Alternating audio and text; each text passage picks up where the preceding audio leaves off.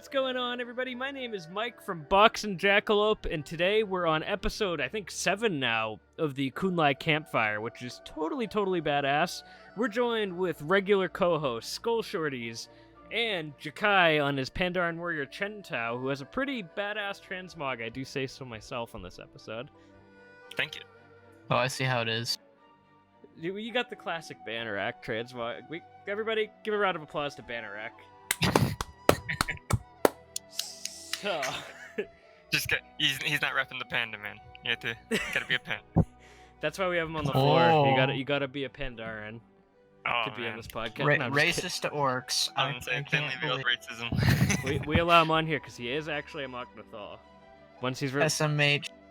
It is the premise for the whole faction war, so. So today we have a pretty damn epic subject. I wouldn't say relate to this one, but obviously if you click this video, you know what the topic is. But if you are afraid of spoilers in patch 8.2.5, click off. We are going to start the video off, and I'm going to leave this to Skull, but we're going to have a soft recap of Wrathion storyline from Cataclysm to Mists of Pandaria. For those of you who don't know, Wrathion was a very prominent character during Mists of Pandaria's expansion. I think it's a damn shame that you can't do the quest chain anymore, even just for B-roll for like a YouTube video. But it was awesome, and you can watch. I know Nobble87 has a very good video up for it if people were ever interested in seeing it. But he's probably one of the most, I would say, requested characters we've had for years, and it's pretty badass that he's coming back next patch. A lot of juicy storyline. A lot of great references to Pandaria that we'll get to later on in the podcast related to Wrathion. But Skull, I'm going to let you take it away. Yo. Alrighty. Gonna get into voice activity for this one. Alright. So, the story of Wrathion begins in the Badlands. I believe it's the Badlands. I always get the Badlands and Blastlands confused, but right? it's a red zone with orcs and humans warring in it, so you know. So the Badlands. Wrathion is conceived right then and there by a red dragon. I do not remember her name. I think it was Rheastraz or something. It was a goblin red dragon. It was like a red dragon posing as a goblin. And, you meet her, you help her out with her little studies in the Black Dragonflight, and you use a Titan Volt to essentially uncorrupt a Black Dragon egg. And this is actually a big deal. At the time of the quest thing, it didn't seem like that big of a deal, but it was a major deal. Because the Black Dragon flight has been corrupted by the old gods and their whispers for years now, since the War of the Ancients, since Deathwing signed up for the old gods' payroll. So the Wrathion is the first uncorrupted Black Dragon, and he is taken away by the Red Dragonflight, while the Red Dragon, who basically conceived this whole plan, is burned alive by Deathwing, along with her own dragon egg. And Wrathion, he's brought over to the Red Dragonflight in the Ruby Shrine or Ruby Sanctum. I think it might be. I think it's the one area in the Twilight Highlands actually that the Red Dragonflight is occupying. I forget the name of that too, actually, but it looks kind of like the Ruby Sanctum, yeah, it's got I think it's like the Red Vermilion. I don't remember what it's called, but I'm sure we can add the name somewhere in the video here. But anyways, it's the location in Twilight Highlands where the Red Dragonflight is occupying, and his egg is stolen by the Ravenholt rogues. And you later are recruited, if you're a rogue, to find this egg and recapture it for the Red Dragonflight, because, it's a uncorrupted egg, and for some reason the Ravenholt assassins are holding it for some reason. But by the time that you reach the sanctum that the rogues of Ravenholt are occupying, Wrathion's already hatched, and he catches you, and he gives you a long talking to about why the Red Dragonflight aren't so nice and aren't exactly somewhere he wants to be with right now. And he's basically taken over the operations of the Ravenholt Rogues and is kind of like its leader. And then you kind of have the Red Dragon that was helping you locate Wrathion. His legs get broken.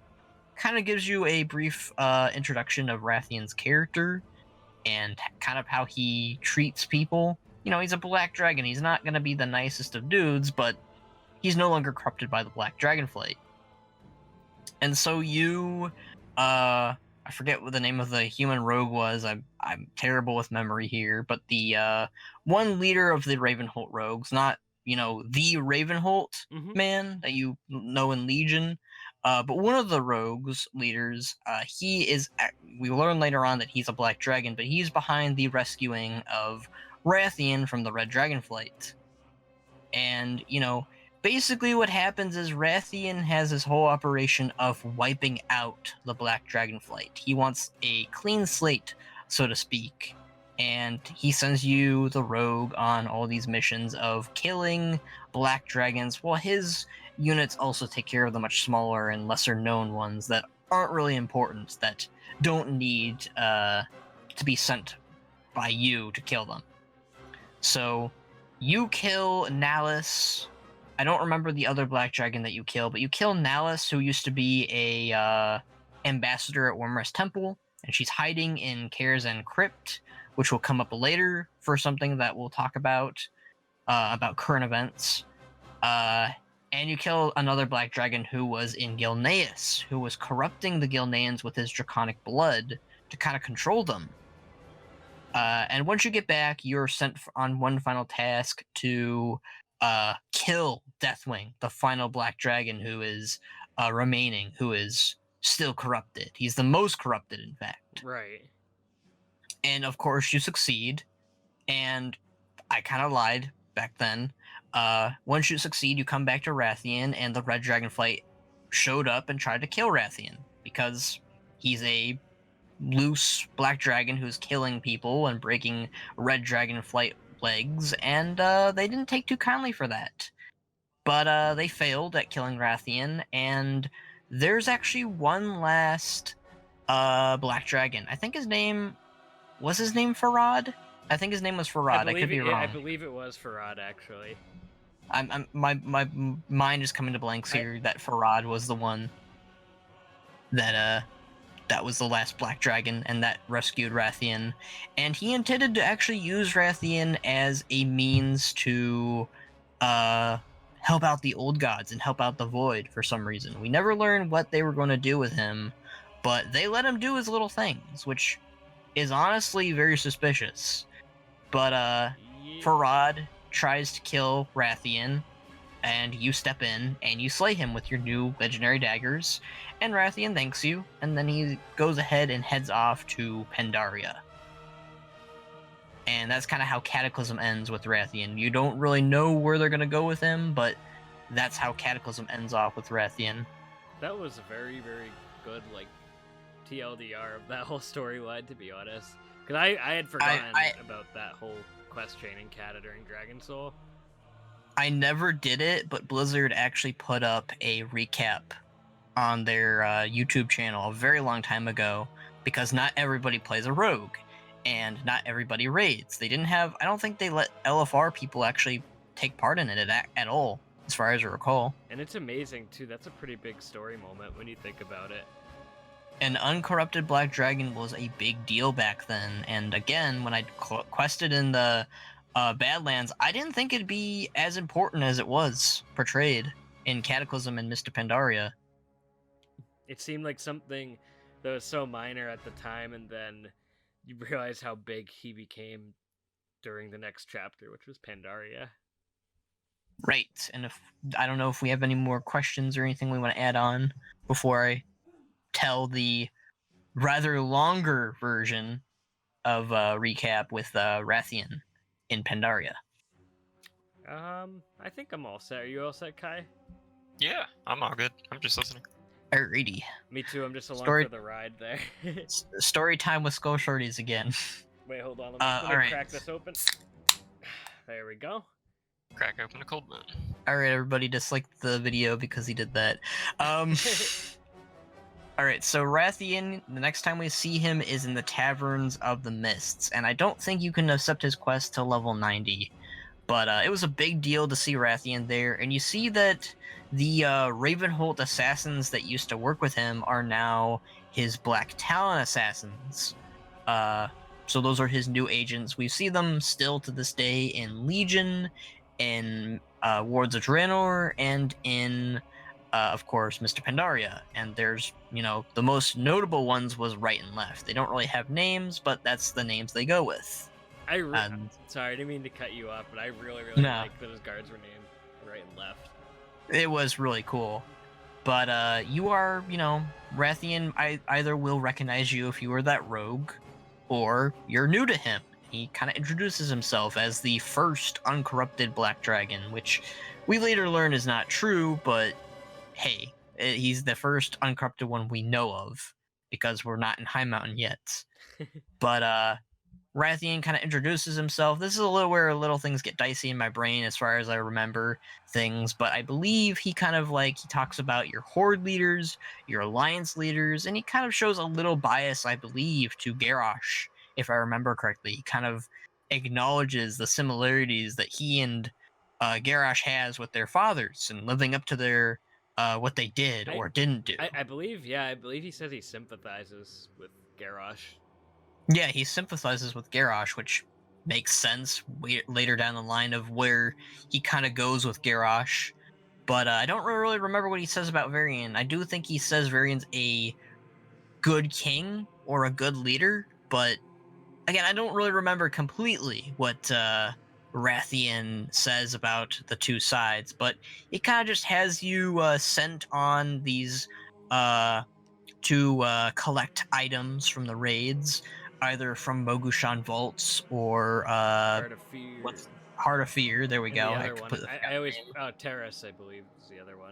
Yeah, Terrace of In the Spring. So it has you deal with the Mogu. I don't remember any notable characters from the Mogu one. They're mostly I think the only one I actually remember who was relevant was the Spirit the Kings, priest. right? Oh the Zandalari priest that you see in Thunder Thunder. Fuck, what's his name? He comes back. Garage, something like that. The Soulbinder, I believe his name is. I forget. Something the Soulbinder. I don't remember everybody's names, and wow, I'm terrible. But you also deal with the Empress of the Mantud, who has gone mad because of the Shah of Fear, and then you, of course, deal with the Shah of Fear, and everyone's corrupted by the Shah in there. Mm-hmm. So you deal with all of that, and you return to Wrathion with all these things. He's like, good job, here's a item, I think, for your helm or something. I don't remember all of the rewards either. I think it was like a socket for your helm, or a socket for... Yeah, you got a gem, I recall. It was like some sort of Shah socket or something. You could power your weapons with a Shah or something. I don't remember. But after that, the next patch falls up. It's I think it's 4 months later, as far as I remember, because I did the Alliance quest thing, and they said reinforcements wouldn't arrive for at least 4 months. So 4 months later, and the Alliance and the Horde come completely to Pandaria with reinforcements and occupy the Cressring Wilds. And Wrathion's like, alright, cool. I'm going to use this for an advantage point to kind of weaken the other side. Because Wrathion's whole deal, as we later learn, is he wants to unify Azeroth. He doesn't want one side fighting the other. He doesn't mind it, but he will support one side over the other. And if, again, you don't know this because you're playing Horde or you're playing Alliance, but he supports both sides. At least that's how it appears. Right. So he kind of has you take out big leaders who are from the Southern Barons questline. One is Bloodhilt and the other is a dwarf, and both die, canonically. They're both dead. They're taken out by either side. Bloodhilt is now dead, and the one dwarf is now dead. I don't remember the dwarf's name, but his son died or something in the bunker in the Barrens. And the orc, I remember, kind of succeeded some cowardly orc that was apprehensive about fighting the Alliance. But you take them out, and Wrathion's like, good job. We've weakened the other side. You have shown that the Horde or the Alliance is stronger, And this is where things get more interesting, in my opinion, is when the Thunder King, who was resurrected by the Zandalari, he's back, and he's badder than ever. He's slowly gaining his ranks back, he's gotten his items back from the Veil of Eternal Blossoms, and Wrathion is very intrigued by the Thunder King. And at this time, I forgot completely about the events of 5.1, but it does kind of correlate with each other. Anduin gets his leg broken by Garrosh Hellscream, and the two have conversations regarding the war and regarding Garrosh and regarding the Thunder King and the place we are right now. The Thunder King was And- criminally underrated, by the way. Great villain. Oh, he was. Chronicles did him way more justice than the in-game version did. But Wrathion kind of leaves the tavern that we're in right now to head to the Isle of the Thunder King.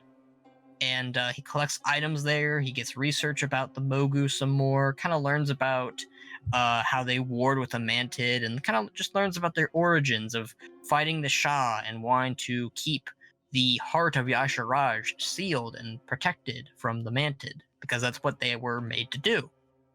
And, you know, he also references how when the Titan Keepers kind of left them, including Ra, like, they fell silent. And, like, back then we didn't know why they fell silent. Chronicles kind of gives us a reason why. It's basically because the Titans died, quote unquote, or disappeared, as we learn in Entourus. They didn't really die, but they fell silent because they did die. They're not, essentially they're immortal as far as I can understand it, but they were able to come back eventually. But that's the reasons why the Mogu's keeper, Ra, fell silent, and Lei Shen took the power for his own when Ra wouldn't do anything. And Ra was left to rot beneath Lei Shen's capital, his city or whatever, his giant tower in the Isle of Thunder. And Lei Shen took all of the powers and the abilities of the Titans for himself, and that's kind of how Lei Shen rose to power. And Wrathion was very intrigued by that. And he stole a lot of the Thunder King's gifts, and I believe he used his forge to make his own weapon, which we see a little bit now and then. I don't think he wields it anymore, or he crafted it into his new weapon that we see in game now, which is a sword that looks really cool. It looks very Sargeras looking, honestly. It's very red. Mm-hmm. But he crafts his own new weapon out of the forge there, and then later he eats Lei Shen's heart after you kill him. I know that Jaina takes the power of Lei Shen's thunder with her staff, and I know that the Blood Elves take the Animus for themselves, but Wrathion takes the heart of Lei Shen, and he gains a vision after eating it. And it's basically like, we have fallen, protect the final Titan, never forget. And this was for the Keepers to remember, not Ra. And this was a reference and a foreshadowing to the fact that, again, the Titans are no more, and the only one remaining is Azeroth. Of course, we also didn't know about Argus. Yeah. And, Wrathion kind of is humorous about this whole ordeal that the Titan Keepers do not remember what the Titans are trying to tell them. Because a lot of the Titans, they didn't... something went wrong when the Titans were supposed to be told about this, about how they're dead. The Titan Keepers were basically, left confused. But Ra-Den was the only one that kind of looked into it. That's not really important now because, the Titans are alive and well again, but they're sealed up in the Pantheon place. But, Wrathion's, he's humorous about this, and Anduin's like, what are you trying to pull? And, Wrathion kind of tries to tell him, but, Anduin doesn't trust Anduin doesn't trust Wrathion, which, Wrathion kind of comments, yeah, you probably shouldn't, I'm a black dragon, which, yeah, we probably shouldn't trust a black dragon, but we're doing that right now, which is rather dumb of us. After that, it's the Darkspear Rebellion, and, Wrathion doesn't comment on it too much, but he gains the blessings of the August Celestials, and, he's not really all about what they have to tell him. The lessons of Pandaria despite being shoved down our throats, Wrathion doesn't want any part in it. He wants to ignore it. He just is here for power. He's just here for relics. He's like what we basically do in WoW. He just wants the loot. So That's so true. yeah. So Wrathion, he gains the blessings of each of the Celestials. He learns a little bit of a lesson, especially about fighting his own father or being blindfolded and fighting Wrathion. It's honestly kind of interesting to me that Wrathion is that strong, and he's just a whelp. And we still have a little bit of a difficulty. I remember having difficulty myself just in LFR gear fighting Wrathion in 5.3. I had to use I think I had to glitch it to to beat him. He was tough. I remember that actually.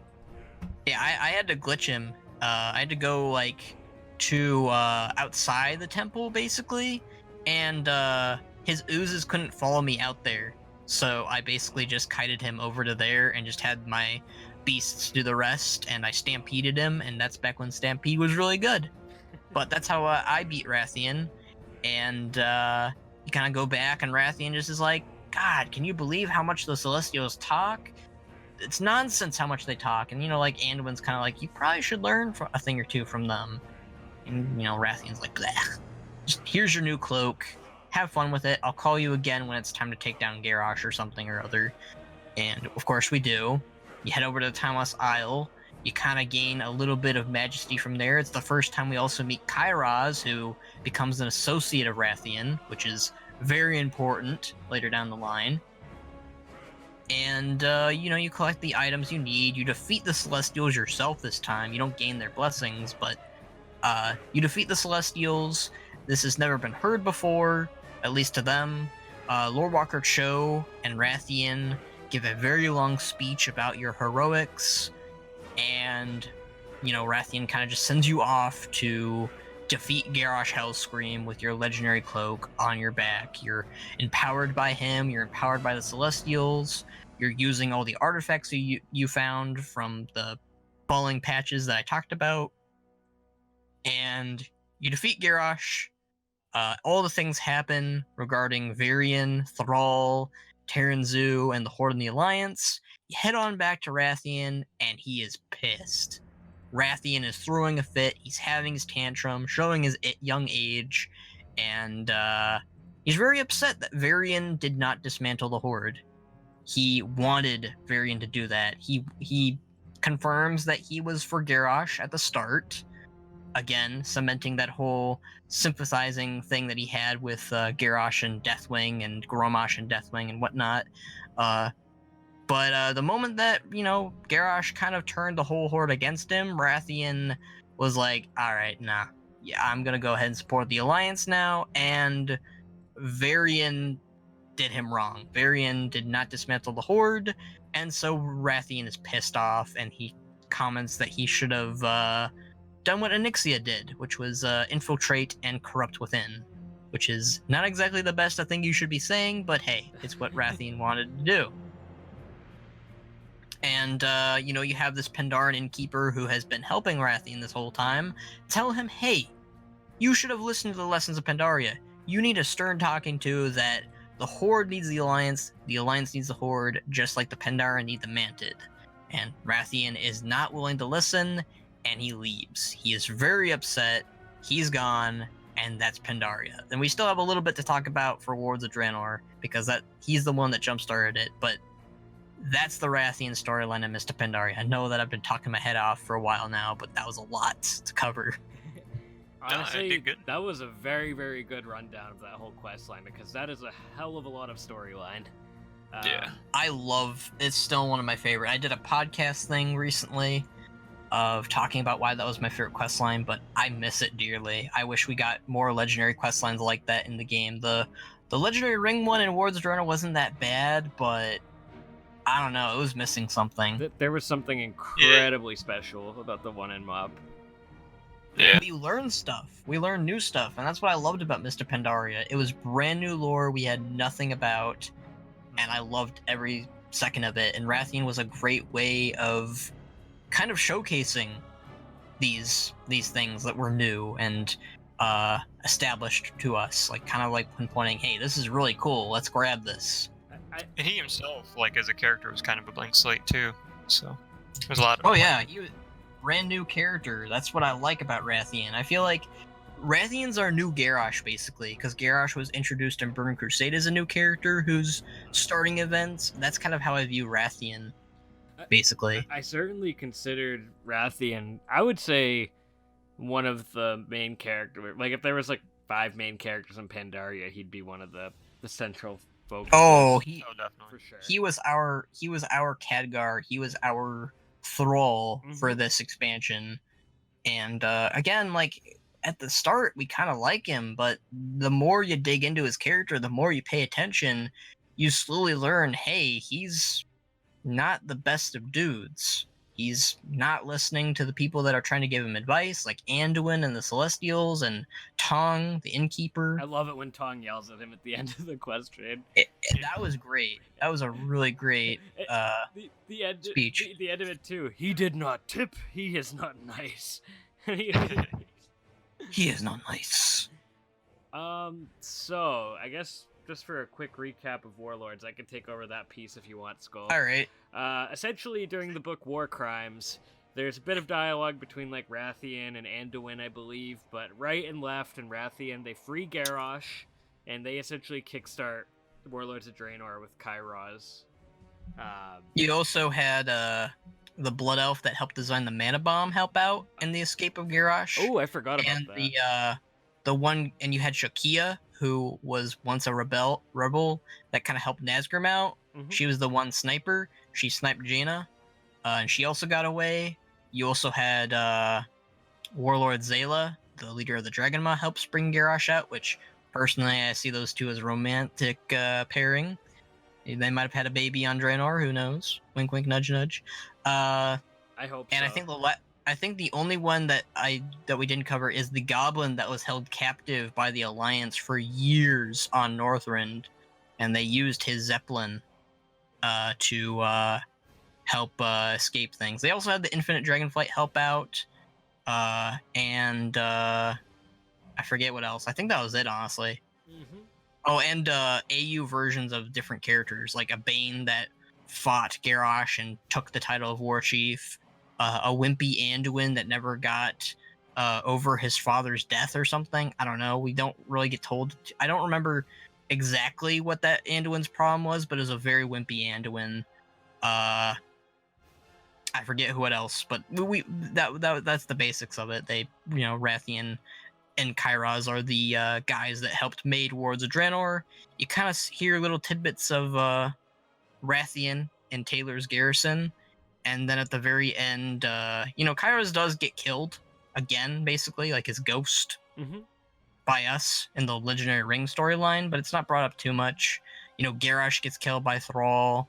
The Iron Horde is just one big mess that did not happen as it was supposed to, because Kairos and Wrathion wanted a infinite amount of Iron Horde orcs just under their command to defend Azeroth, which really wasn't the best idea, but hey, they're weirdos, they're weird dragons. I believe the last we saw of Wrathion was when he flies away from Khadgar's tower during the Legendary quest line, and that's where when Cordana is corrupted by the orb that was controlling Garona, and she kind of becomes Gul'dan's right hand rather than she basically becomes the new Garona, basically. And at that point, that takes us to BFA, because in Legion he was in the beta, but they ended up cutting the quest chain. So a lot of people up until now have been asking, where the hell is Wrathion? Did Blizzard there was one more Oh, moment. There was the Chromie deaths. Oh. He appears there for a brief moment. Oh, I didn't know that. I actually never did. Yeah, those. Oh wow, box rip. I know. He's there at front of the Obsidian Sanctum. I think that's what it's called. It's the one area that the Black Dragon spot was in Northrend in Dragonblight, and he's kind of just standing out there observing it. He doesn't tell you why he's there, but he kind of helps you out with investigating like a Dreadlord that's trying to kill Chromie within there.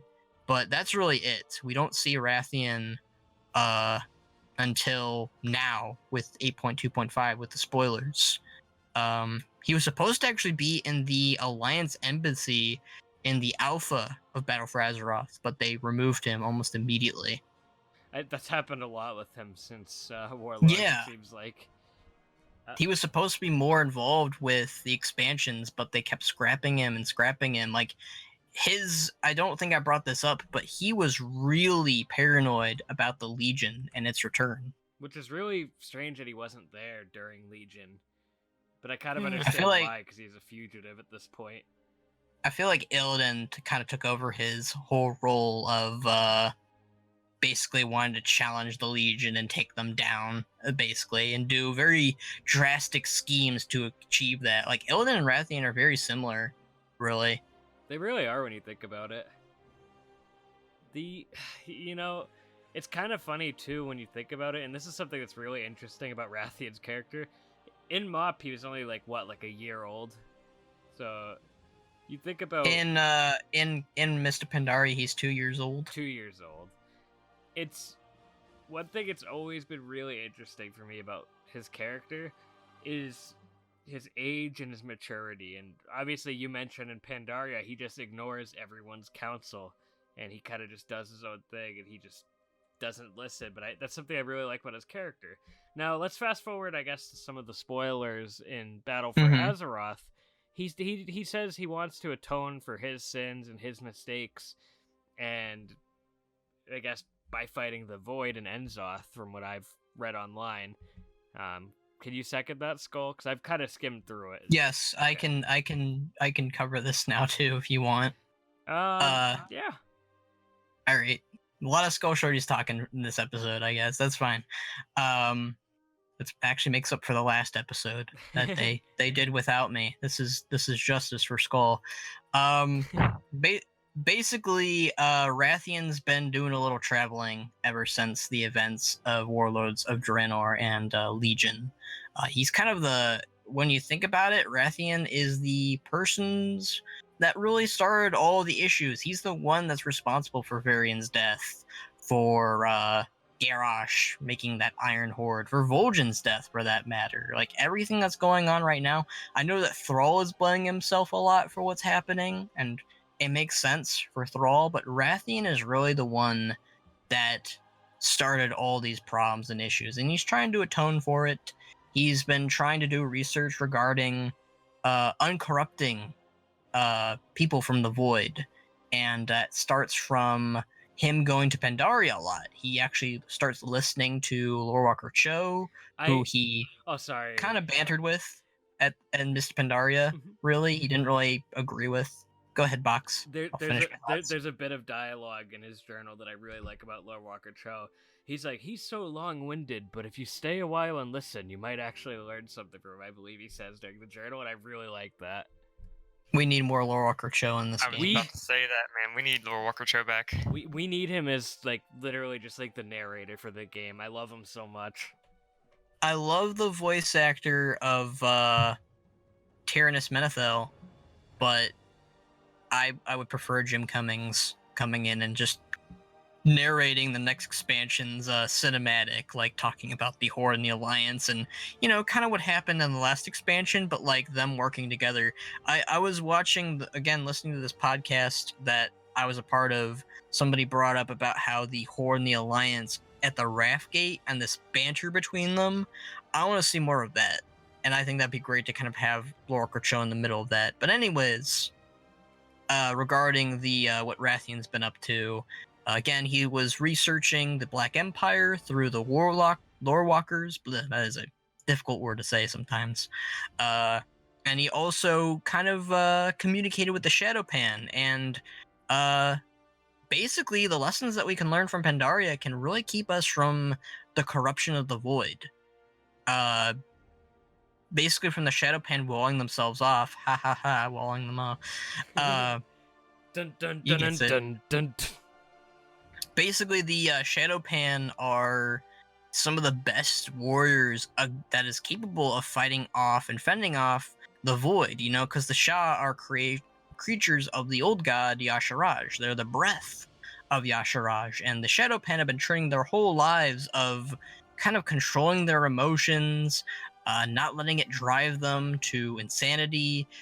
You know, basically the Shadowpan are the MVPs of fighting old gods, and Wrathion takes all this knowledge that he learns from the Lore Walkers, from the Shadowpan, and from Medivh in the Kirazan crypts, which is where, you know, we later find some notes and information about him, which again, Nalus, the Black Dragon, was at one point located, which I found was rather neat. I wonder if Nalus might have been doing the same thing that Wrathion was doing, and Wrathion might have killed her off too soon. That's up for some debate, some speculation.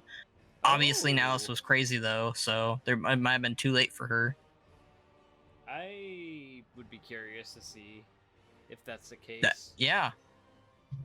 Honestly, like, right now, the way that they're pushing Wrathion, and again, he had communications with Medivh and maybe even Khadgar. I was gonna... Because Khadgar's in Kirazan. I was gonna ask, do you think that they crossed paths during Battle for Azeroth during the time when he was gone? Probably off screen.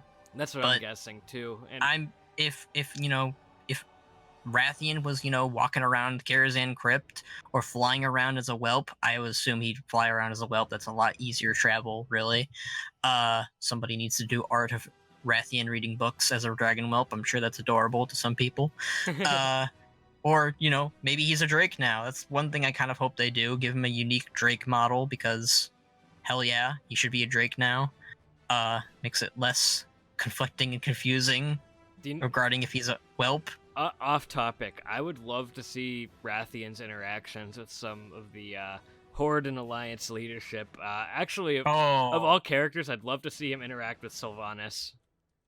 Really? I was gonna say I would love to see him interact with with Anduin again. Oh, that's coming for sure, 100%. You know, Wrathion considered Anduin and himself friends. Both of them were princes when they were interacting. I wonder if Wrathion considers himself as a king now, because Anduin's a king now, and I think it'd be a very nice interaction of, you know, Anduin pointing out the fact, hey, you can't just be a king because I'm a king now. That's just, I don't know, that'd be a fun joke to point out if Wrathion did do that.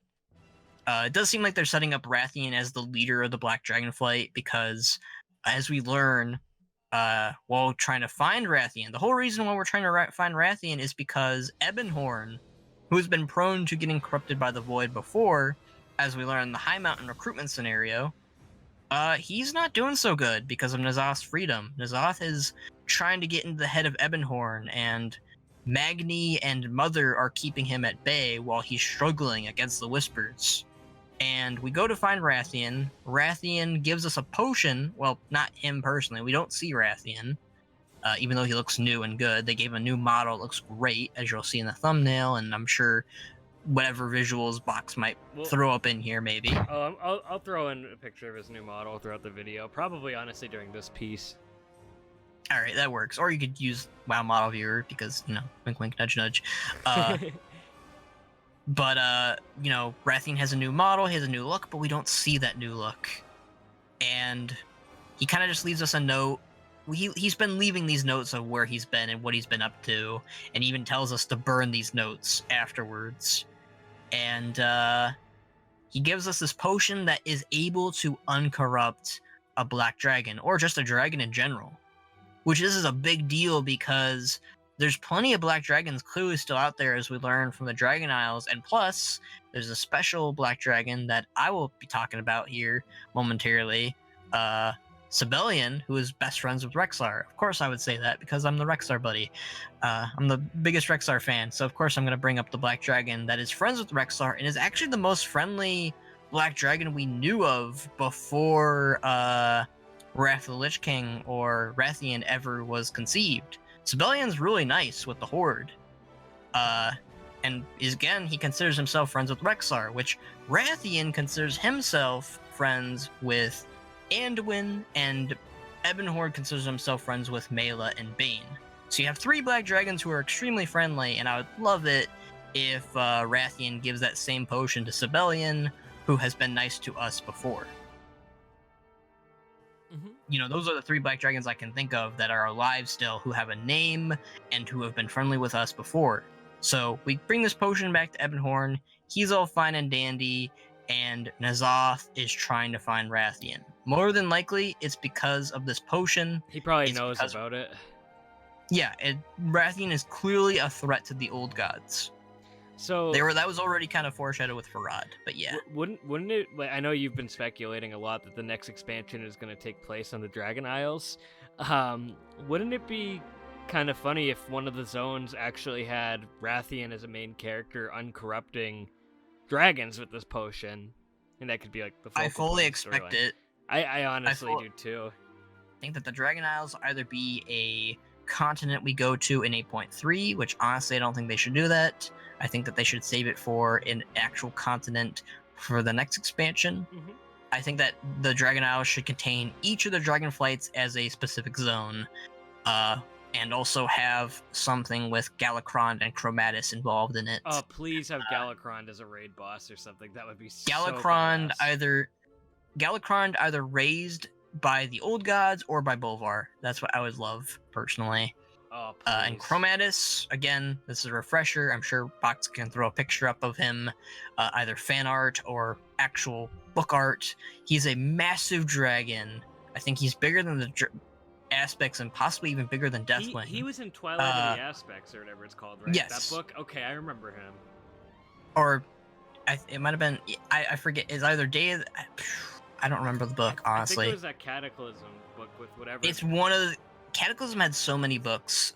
I think it had the most books, honestly, which is probably why it didn't do so well, because a lot of the lore that was really major was contained in books and not in the game, and that's a shame. Yeah. But Chromatis was a giant dragon.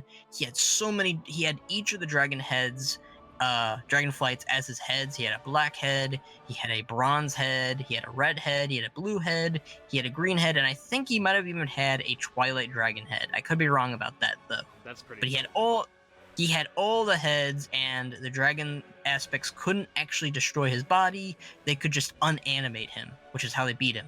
And his body was sealed up in the Nexus. They need to use him somewhere. But I would love it if we see Wrathion as our main character, kind of like the Khadgar of that expansion, of driving us forward, or at least just one of the main characters. We could have the dragon aspects be the main characters, and Wrathion confirmed as the new Earth Warder. I would love that personally. Please, like. And we could have like, sorry, very nerve-wracking. I'm going on a tangent here. This is like, This is the banner rack episode. this is the Skull Shorties speculates and rambles for an hour episode. I feel bad. I'm taking up everyone's talk time. Dude, I just have a lot of things to say. Honestly, let it all out, man. That's like I'm. Real I feel talk, bad for Jakai though. He's not saying it's all okay. No, it's cool, man. I'm just listening. All right. That's This me works. too. Like honestly, like I'm literally genuinely curious, like what Yeah. you have to say about Wrath. All right. But I was just gonna say that I would love it if each of the flights get their own zone, and Wrathion's a pivotal character. Sibelian, again, I'd love to see Sibelian again. He was good friends with Rexar. Be great if Sibelian and Rexar interacted again. That would be a wonderful Horde zone, Mhm. or at least a Horde quest line with Rexar being like, hey, here's my buddy Sibelian, and like, Ebonhorn being like, hey, this is my buddy Bane. Like, I think that'd be really cool to kind of have Horde characters have really good interactions with Sibelian and Ebonhorn, and then kind of have the Alliance interact with Wrathion a lot, or just make it neutral. Can I have all the characters involved? Because I think the Horde and the Alliance at this point should be working together in all the quests. Like, they should all be neutral, but like have characters from both sides interacting. I think that's the direction we're going in at the end of Battle for Azeroth Kinda like- right now. But Kind of like Najatar. Like, Yeah. you quest with Lorthamar Theron and Thalrisra on Horde, and you quest on the Alliance side with Jaina and Gen and Chandris, I think. Yeah, Chandris. But you still like interact with the Alliance. But like we're at war with each other still, so we're kind of hostile with each other. But I think it'd be great if the next expansion we're working together with the Dragonflights to defeating the Old Gods or defeating the Scourge, whatever the enemy is. I think it might be the Old Gods and the Black Empire, hopefully. But I would love it if that's what we do. I would love it if Wrathion's kind of just driving us forward to the Dragon Isles, and he's a pivotal character along with the aspects. Especially, give Kalek a new model. Oh god, that oh guy's my gross. gosh, yeah, he's scary looking right now. I think he is the only NPC who has a model that is from the Burning Crusade still. I think Rexar was the last one, but Rexar has dumped his gross old model for his glorious new one that will give us Mok'Nathals and Aladrace. Yes, I'm saying that in this episode for a brief second. There we go. Also, I gotta throw in Manta Ray Flame Fist just because you mentioned it. Oh, No, I'm just kidding. I'm just kidding. No, we have to remember Mance Roy, man. Oh, He'll probably come At least back as a once. Death Knight from Bolvar when he goes. Bolvar will go to Dazar'alor, resurrect Manta Ray, and we'll get a juicy storyline there. I blame you if that happens. Yeah, we cannot forget about Mance Roy and his sacrifice. Okay, so one thing I wanted to bring up when you were talking about the Dragon Isles expansion skull, Mm-hmm. I think it's very clear right now that Blizzard wants a dragon and death themed expansion after Battle Yes. for Azeroth, which for me, sign me the fuck up for that. Like, I actually do like that theory where we'll go to the Shadowlands and the Dragon Isles. I really like the idea that you said where we could have a zone themed around every aspect. Oh yeah. And I like Or the idea. Dragonflight. I always actually get that screwed up. But the thing Same thing. the thing that, like, I guess I really like that could come from this storyline is, and I've kind of said this before, but I think we'll get a good, like, old god invasion, but I'd also like I guess Death versus Void. I think that's going to be the storyline we get after this. I would love it if the pre-patch, like, Legion, where, like, we had spaceships in the skies and a zone being invaded by the Legion. That was, like, the best part of Legion, in my opinion, or one of the best parts. Not, like, the best part, but the Legion pre-launch was so fun with the Demon Hunters. yeah, but have that with old gods. Hell yeah. And like the Mantid and Pandaria swarming out of, like, old one, like, you know, in, like, the Dragon Soul and, like, the Twilight Highlands, you had those giant maws with tentacles popping out. Mm-hmm. I would love that for, like, you know, like a invasion zone, like, just anywhere really. Like, I think it'd be really cool, like, if that happens, like, in the middle of a city or I'd like next to a anything city. brave. Like anything brave and just out there, you know, even if it kind of gets in the way, even if it's got griefing potential, just something to really wow people, you know? Because Yeah, it was they've really done it good. before. And I mean, it's a pre-patch. Like, that's your, you know, we want something kind of chaotic and crazy to happen. Something fun. You know, they don't need to kill off a ton of characters like they did on the Broken Shore, but I just really love those little invasions. They were so fun.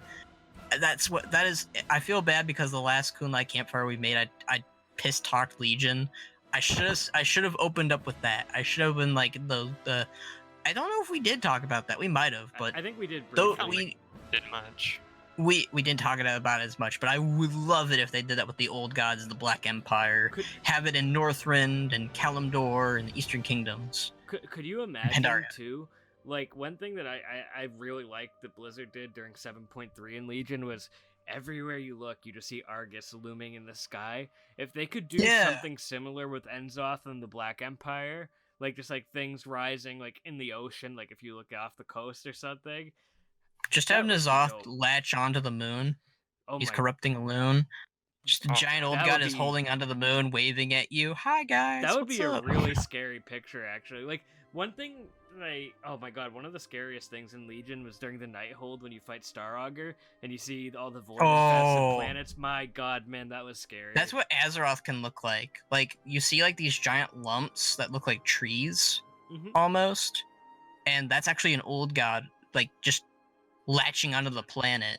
And its tentacles are wrapped around the whole planet, and they're wiggling around. Like, Oh. I would love it. Like, I know I joked about the moon thing, but I'd prefer if it was N'Zoth was a landmass, basically. That- Like, you just see his head. Like, you know, in the Ajara Warbringer, you see, like, a glimmer of what N'Zoth kind of looks like. Mhm. He's like a giant. His head is like a giant mountain, basically, and you can see his teeth. Well, that's the thing. So, old gods are like the size of continents, and I think it would Yeah. be really badass, like you were saying, because I think like obviously like people that read the lore and they get really into Well, the story know about that, but I feel like the average player doesn't know The- that, and it would be really cool. the for Blizzard. the plus side about N'Zoth is we know that he got buried in the ocean. Mhm. So, like, for him, he's not really, like, rooted on a continent that we love and know. So it's actually smart with what Blizzard did here. They don't have to have Yogg-Saron popping out and like covering the entirety of Northrend. That makes some people upset because then you couldn't go to Northrend anymore. Right. Or Cthulhu with Kalimdor. Although Cthulhu's at the bottom of Kalimdor, so how the heck would that work?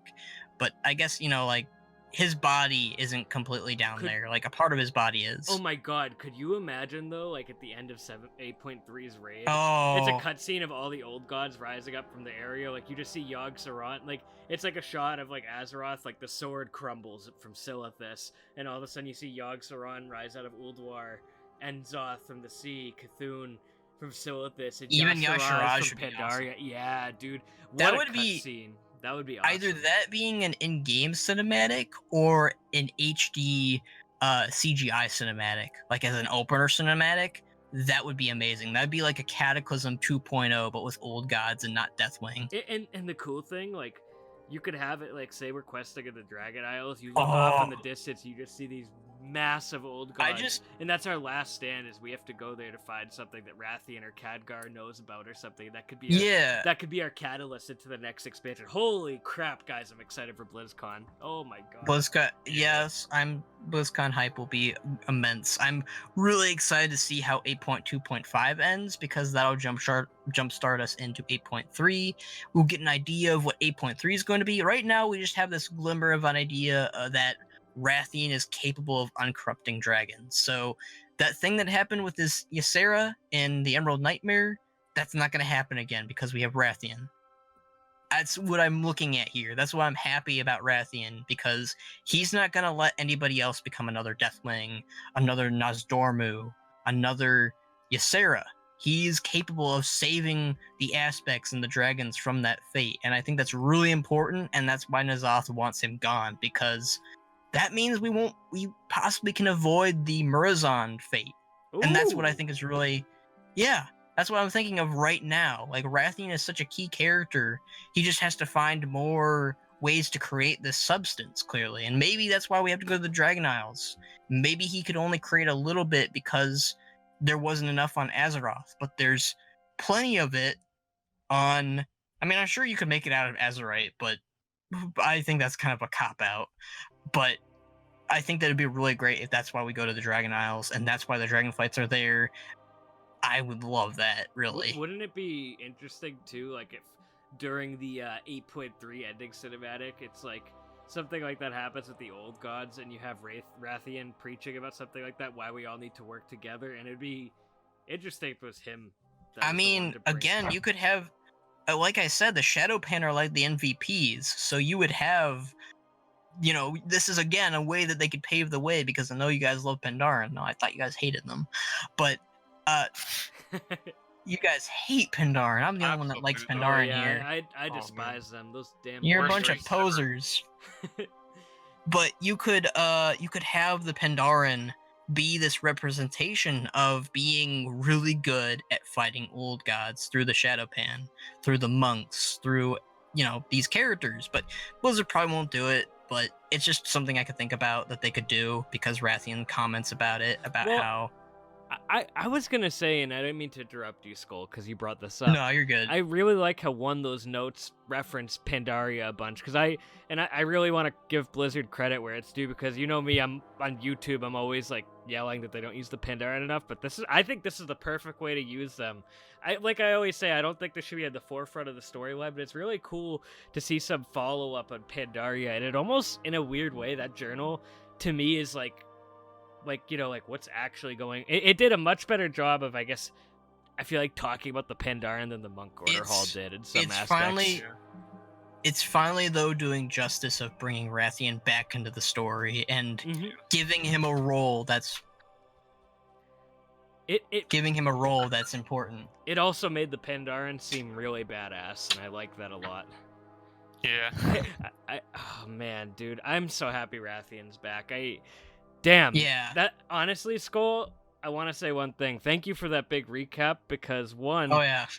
It's been a while since I played through the Legendary quest line in MoP, and so I kind of forgot a lot about that. I remembered, like, the details of him eating Lai Shen's heart, and then how he, like, backed Garrosh, and then at the end he's like, oh! He switches sides, and he's like, well, when the tables turned or whatever. I forget what he said, but he's such a great character. Yeah. It's almost 99% sure he'll be prominent in the next expansion. And the cool thing about this too is now in Pandaria he only really interacted with a few characters. Just imagine all the characters he can interact with now. He can. That's what I love about World of Warcraft is you can do, like you might have done these stories before, but you can expand on it by having different characters interact with each other.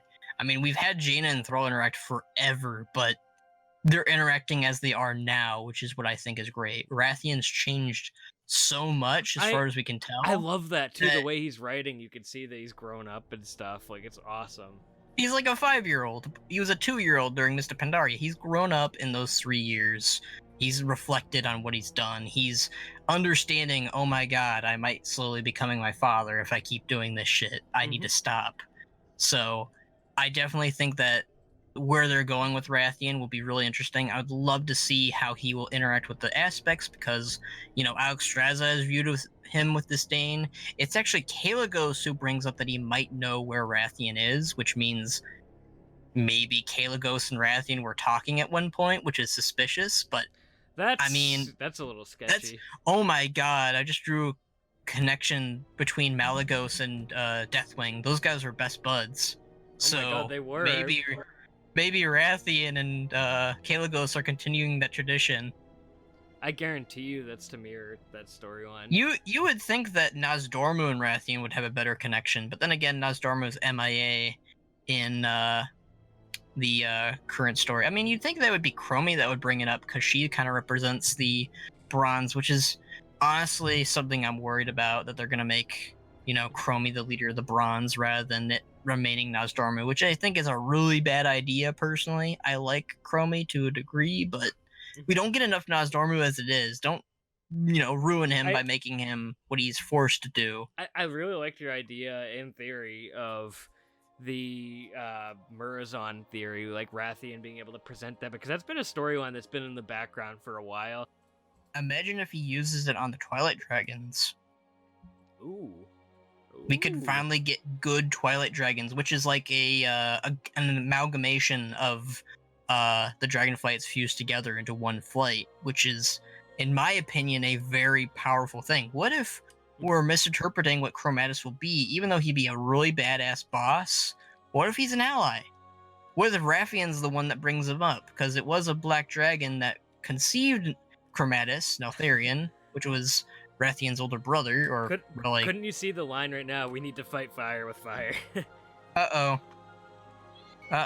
it's Moxie. So I want to let you guys know we're at 100 or an hour and 10 minutes right now. So I think I would like to wind down soon. But Kai, because me and Skull have been talking an awful lot. Do you have anything you'd like to throw in about Wrathion? In truth, I just really like that he's kind of a wild card character. Because they've shown him to not really have a clear ideal. I always mention ideals and just about everything, but that's what I really like. I like seeing, I like trying to get into the perspective of certain characters, and Wrathion's one of the more interesting ones because of, I guess you would say how I don't want to say his allegiance, but who he's backing kind of shifts so much in Pandaria. You could see he's young, he's impressionable, maybe. Like, they could definitely kind of use that. But then again, I don't know how that works with dragons, now that he's much older than he was back then. But, I think that's just something to kind of look forward to. He's one of those characters that doesn't feel predictable. Right. So, honestly, I would say it's just a little promising for the narrative in a sense that they still have those sorts of characters, and hopefully they can develop more characters like that, because I think that's a big problem with WoW right now, is like the more fascinating characters have either already died off or their stories played out. Or it's played out. I agree. Yeah. So, in other words, in general, like in truth, if you ask me what I think he's gonna do, I think you guys are spot on that. Yeah, he's gonna lead us to the Dragon Isles or something like that. Oh, goodness gracious! Oh, she wants to talk too. Special guest today, Moxie. Check her out on Twitter Go subscribe to her YouTube channel. She does not like that we've had a podcast for. I have so much more to say. Continue that later. But so, I think Kai. First of all, I want to talk about. I saw you change it to a blood elf earlier. Yeah. For that split second, which was illegal, by the way. I was almost going to stand up like this. But anyway, now that I'm standing up, I want to thank everybody for tuning in. I think this is some of the most exciting story development that we've gotten in Battle for Azeroth, and I am super excited to hear more about 8.2.5 and especially 8.3. That's been a big topic that Skull, Kai, and I like to talk about off camera constantly. It's been probably my most anticipated patch like in a long time, just because I think shit is gonna hit the fan. So anyway, guys, check these two guys out on Twitter. Check out Skull on YouTube. Convince Kai to make his own YouTube channel because we need more Pandaren YouTubers out in the world. But if I get some decent recording software or hardware, I might do that. I would love to. I mean, your voice ramble sounds on, pretty man. good right now, and Audacity's free, so wink, wink, nudge, nudge. exactly. All right. I'll do some research. Good. But anyway, guys, thank you so much for watching, and we will see you next time. I don't know what the next topic will be, but it'll be something epic.